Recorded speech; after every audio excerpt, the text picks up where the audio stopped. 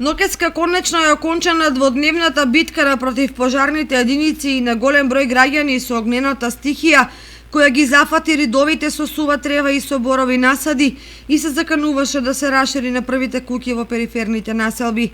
Вчерашното учество во гаснењето на двата хеликоптера дадоа значаен придонес во гаснењето, особено во непристапните предели.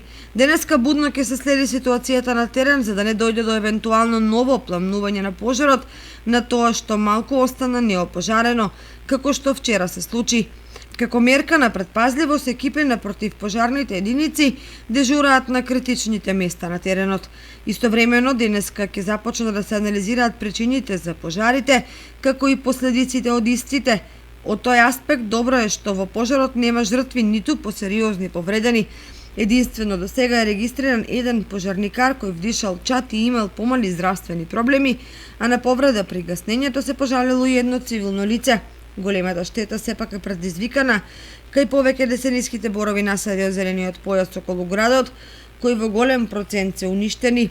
Стручњаците за шуми велат дека ќе бидат потребни децении да се возобнови шумскиот појас, кој е од исклучително значење за екологијата околу градот.